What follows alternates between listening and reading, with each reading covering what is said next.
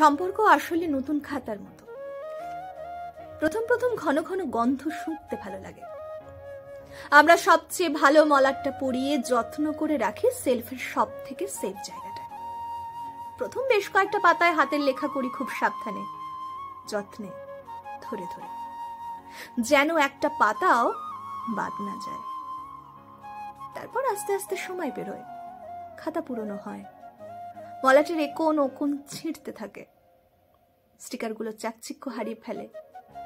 আমরাও আর আগের মতো ধরে ধরে লেখার তত চেষ্টা করি না।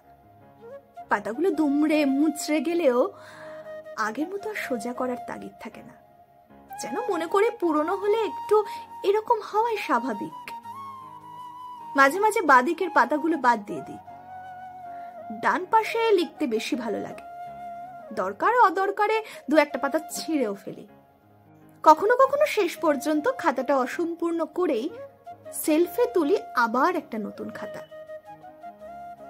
আমাদের সম্পর্কগুলো কখনো কখনো পুরনো হলে এমনই হয়ে যায়, অযত্নে, অবহেলায়, আমাদের পুরনো খাতার মতো,